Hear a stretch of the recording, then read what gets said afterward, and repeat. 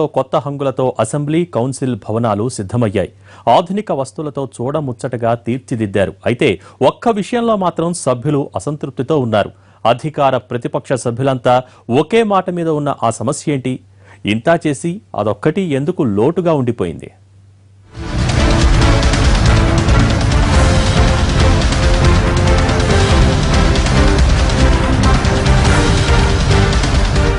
ప్రతి రాజకీయ నాయకుడు సభలో మైక్ పట్టుకుని అధ్యక్ష అనాలని కలలు కంటారు. ఎమ్మెల్యేలు ఎమ్మెల్సీలుగా గెలిచిన వాళ్లు సమావేశాల సమయంలో ఆ ముచ్చట తీర్చుకుంటారు. వివిధ అంశాలపై గట్టిగా మాట్లాడి మంచి పేరు తెచ్చుకోవాలని సభ్యులు తెగ ఉబలాట పడతారు. దీనికోసం తమకు మైక్ ఇవ్వాలంటూ స్పీకర్ను పదే పదే కోరతారు. ఇచ్చిన సమయం ముగిసిందని స్పీకర్ వారిస్తున్నా, బెల్లు కొడుతున్నా పట్టుకున్న మైకు వదలకుండా మాట్లాడేస్తూనే ఉంటారు. 1కి 2 సార్లు చెప్పినా మైకు వదలకపోతే అప్పుడు కట్ చేస్తూ ఉంటారు.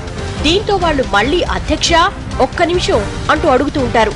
అసెంబ్లీ కౌన్సిల్లో తరచూ సర్వసాధారణంగా కనిపించే దృశ్యాలు ఇవే.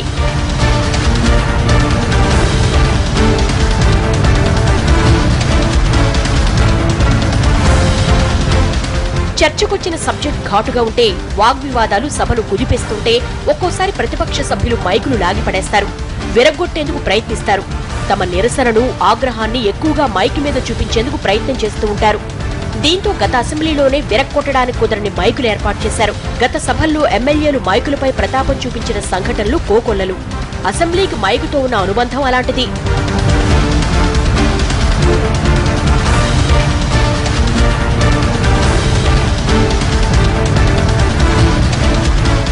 అయితే ఈసారి ఏపీ సర్కార్ కొత్తగా ఆలోచించింది. మైకులు విరగ్గొట్టేందుకు అవకాశం లేకుండా ఏర్పాట్లు చేసింది. విరగ్గొట్టడానికి చేతికి దొరికితే గదా, అసలు కళ్లకే కనిపించదు. మైక్ బదులుగా లేటెస్ట్ టెక్నాలజీతో కూడిన ఒక బాక్స్ లాంటి పరికరాన్ని సభ్యుడి ముందు బిగించారు. సభ్యులు సభలో మాట్లాడాలంటే దీని ద్వారానే మాట్లాడాలి. టేబుల్ కు బిగించిన చిన్న బాక్స్ లో ఉండే ఈ పరికరమే సదరు సభ్యుడికి మైకులా పనిచేస్తుంది. స్పీకర్ అనుమతితో మైక్ పొందిన సభ్యుడు నించుని మాట్లాడితే దీని ద్వారా ఆయన గొంతు సభంతా వినిపిస్తుంది. అంటే టేబుల్ పైన ఉన్న ఈ పరికరమే వాయిస్ ను మైక్ లా బయటకు పంపుతుంది. జపాన్ కు చెందిన బే డైనమిక్ కంపెనీ వీటిని రూపొందించింది.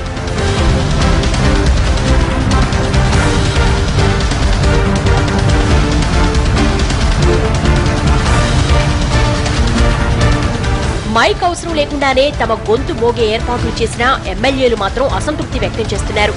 సభలో మైక్ అనేది ఒక గుర్తు లాంటిదని, అసలు మైకే లేకుండా నించుని మాట్లాడాలంటే అసలు ఫీలింగ్ రాదని అంటున్నారు.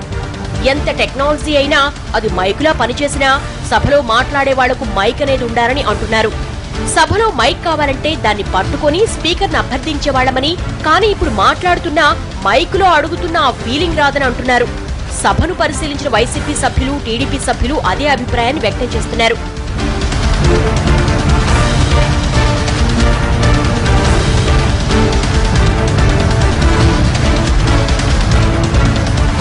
ఇదిలా ఉంటే సభలో ఇటు ముఖ్యమంత్రి గాని, అటు ప్రతిపక్ష నేత గాని ఎదురెదురుగా కూర్చోవాలి. ఒకరికి మరొకరు కనిపించేలా సీట్ల ఏర్పాటుండాలి. వీరిద్దరికీ సమాన దూరంలో స్పీకర్ చైర్ ఉండాలి. అయితే ఈ 2 సభల్లో ముఖ్యమంత్రి, ప్రతిపక్ష నేత సీట్ల ఏర్పాటు సరిగా లేదట. దీంతో వీటిని ఇప్పుడు మళ్లీ మారుస్తున్నారు. ఏది ఏమైనా సభలో మైకు పట్టుకుని అధ్యక్ష అనే అవకాశం లేకుండా చేశారని సభ్యులు వాపోతున్నారు.